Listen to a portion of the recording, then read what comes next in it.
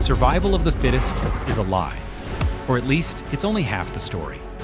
Because the fossil record tells a much darker story. Creatures so psychopathic and impossibly aggressive that your brain can't even process the danger.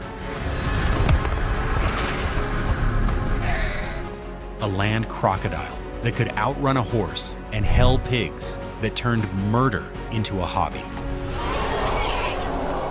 You're looking at the reason our ancestors lived in fear, and honestly, once you see what was really out there, you'll be terrified they ever existed, and thrilled they're finally gone. So let's talk about crocodiles. We've all seen them, right? Big, scaly logs sitting in the mud. If you see one, the rule is simple. Stay away from the water's edge, and you're basically fine. They're water monsters. That's their lane. Well, apparently 20 million years ago, evolution decided that lane was too narrow. Imagine you're out for a hike. You're miles away from the nearest lake, totally safe. Then you hear a heavy thud. You look back, expecting to see a bear or maybe a stray cow. Instead, you see a 20-foot-long, 2-ton crocodile standing 3 feet off the ground on long, athletic legs, sprinting at you like a freaking greyhound. Meet Barinasuchus. And honestly, I'm convinced nature was just having a bad day when it built this thing. Most people have no clue this creature existed because it honestly shouldn't have. Scientists call it a cebacid, but for me it's a land shark on steroids. See, modern crocs have legs that sprawl out to the side like they're doing a permanent push-up. But Barinasuchus, it had an erect gait. Its legs were directly under its body.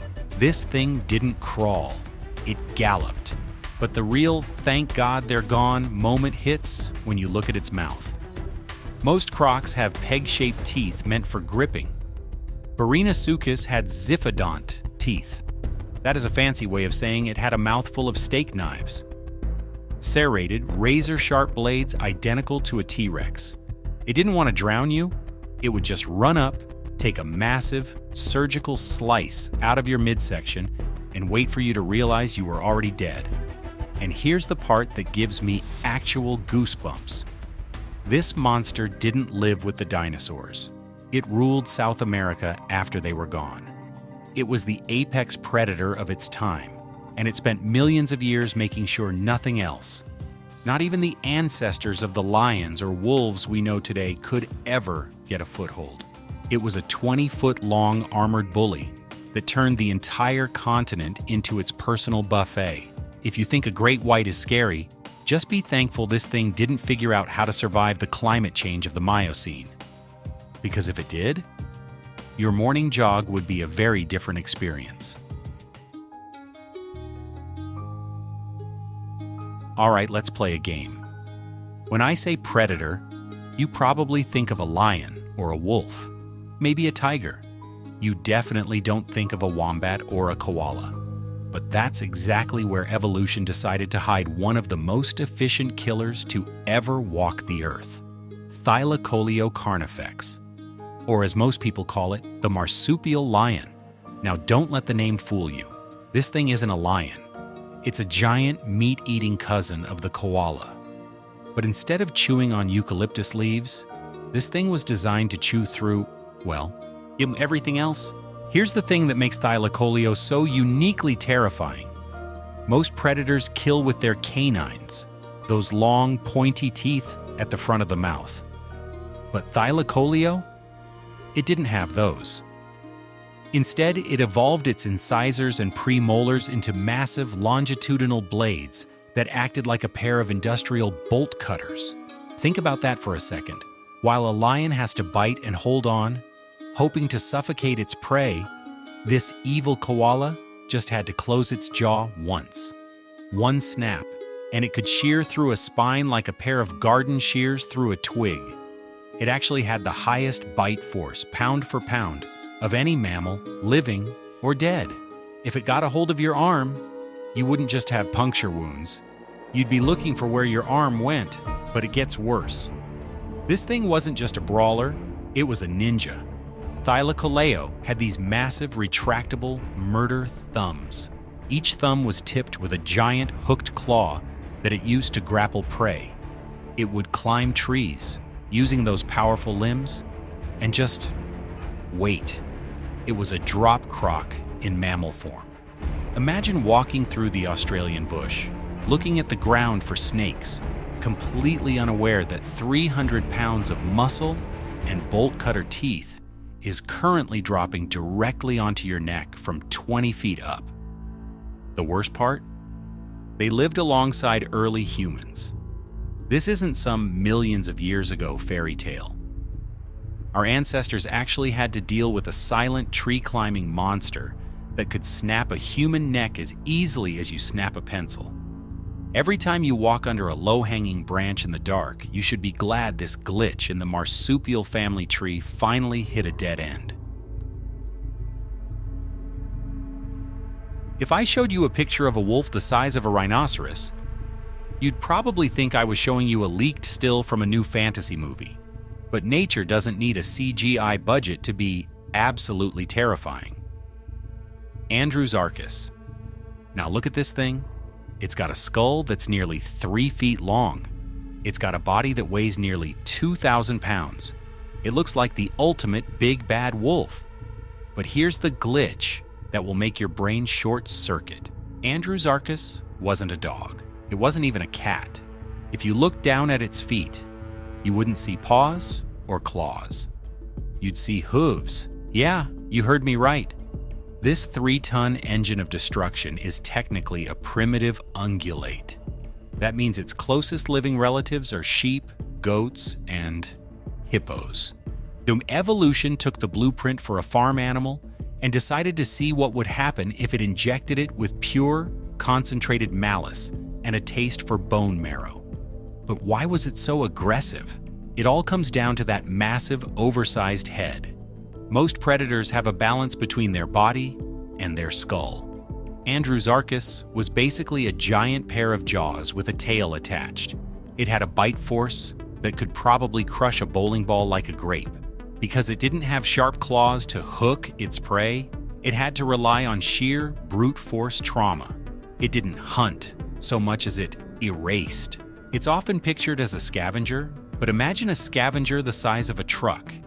It would just walk up to whatever the alpha of the area was, look them in the eye, and take whatever it wanted.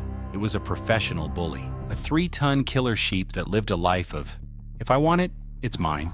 Think about the sheer arrogance of a creature that walks into a world of sharp-toothed monsters, wearing hooves, and still decides to be the meanest thing in the valley. It's the kind of biological middle finger that makes you realize prehistoric Earth was less of an ecosystem and more of a gladiator pit.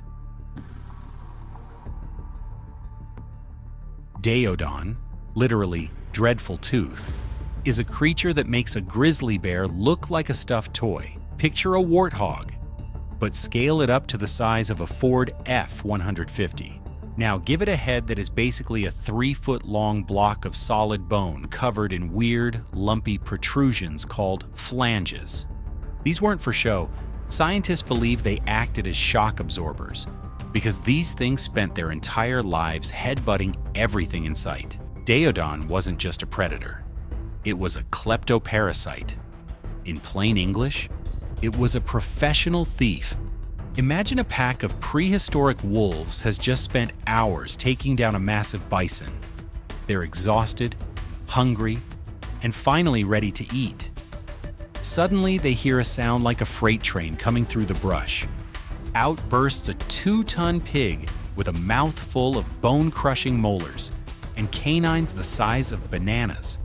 It just runs into the middle of the pack, screaming and biting everything that moves until the wolves give up and run for their lives. And here's the evidence that'll give you chills. We've found Daeodon skulls with deep bite marks that match other Daeodons. They fought each other with the same level of violence. They were so aggressive that their social life was basically a never-ending cage match. If you were a human back then, you wouldn't just be worried about being eaten. You'd be worried about being trampled and crushed just because you were standing in a daeodon's way. It was a 2,000-pound toddler having a permanent temper tantrum, except this toddler had jaws that could snap a horse's femur like a toothpick. Most birds are pretty harmless. You might get pecked by a pigeon or hissed at by a goose, but you're not exactly fearing for your life. Well, meet Prehistoric. This is what happens when evolution takes a hawk, blows it up to 10 feet tall, strips away its ability to fly, and gives it the legs of an Olympic sprinter. They're called terror birds for a reason. Imagine standing in a field and seeing a bird the size of a basketball hoop charging at you at 30 miles per hour. It doesn't have teeth, but honestly, it doesn't need them. See, most predators bite and hold on. A lion clamps the throat, a wolf tears. But Prehistoric had a completely different and much more slasher movie way of killing. Scientists call it the hatchet strike. Its skull was made of incredibly dense, rigid bone, and it ended in a massive, sharp hook. Using its powerful neck muscles, it would drive its head straight down onto the top of its prey's skull. It wasn't biting you, it was using its face like a pickaxe. One well-placed strike could puncture a brain or shatter a spine instantly, but it's the aggression that really sets these birds apart. They were the undisputed kings of their environment for nearly 60 million years. Think about that. Dinosaurs died out, and these birds looked at the empty throne and said, "No, I'll take it." They were so dominant that they effectively kept mammals from becoming the top predators in South America for eons. If you tried to dodge those massive three-toed feet, each tipped with claws the size of steak knives, would kick out with enough force to disembowel a horse. There's something uniquely chilling about a giant, silent bird staring you down with cold, reptilian eyes before it decides to turn your skull into a birdhouse. It's the ultimate proof that just because an animal has feathers doesn't mean it's soft. Sometimes it's just a more aerodynamic way to be a psychopath. When you think of a bear, you probably think of a grizzly or a polar bear. You think of something bulky, a bit slow, and maybe even a little cuddly from a distance. But let me introduce you to Arctodus simus, the short-faced bear. If a grizzly is a heavyweight wrestler, this thing was a professional MMA fighter on a permanent adrenaline high. And stand this bear on its hind legs, and it's 12 feet tall. To put that in perspective, it could look a giraffe in the eye. It weighed over 1,500 pounds of pure, explosive muscle. But it's not the size that makes it the final boss of our list. It's the way it was built to hunt. Modern bears have short legs and wide bodies. They're built for endurance and power. But the short-faced bear had long, thin, athletic legs designed for one thing: sprinting. This was a 1,500-pound animal that could hit speeds of 40 miles per hour. But here is where the aggression gets truly glad they're extinct levels of scary. Most bears are omnivores. They're happy eating berries, roots, and the occasional fish. Arctodus simus was what scientists call a hypercarnivore. It wanted your marrow. It likely made its living as a specialist bully. It would use its incredible sense of smell to track down a kill made by a pack of dire wolves or a saber-toothed cat from miles away. It would then sprint into the scene, roaring with a voice that probably shook the ground, and simply take the food. It didn't matter if there were 10 wolves. No one was going to argue with a 12-foot-tall wall of rage. This bear was so dominant and so territorial that it is one of the primary reasons humans took so long to settle deep into North America. We weren't the hunters. We were the appetizers. Every time it moved, it was looking for a fight, and it never lost. Imagine living in a world where you couldn't step outside your cave without checking the horizon for a sprinting, long-legged giant that viewed you as a snack. It was a creature that turned the entire continent into a no-fly zone. We only survived because the Ice Age ended and the giant mammals it hunted died out, leaving this specialized monster with nothing left to bully. So, the next time you see a grizzly bear at a safe distance in a national park, take a deep breath and be grateful. You're looking at the polite survivor of a family tree that used to be defined by absolute, unbridled terror. If you enjoyed this, do me a favor. Hit that subscribe button and turn on notifications. We're digging up more biological glitches that you definitely don't want to miss. Thanks for watching, and just remember, the next time you hear a twig snap in the woods, be very glad it's just a deer.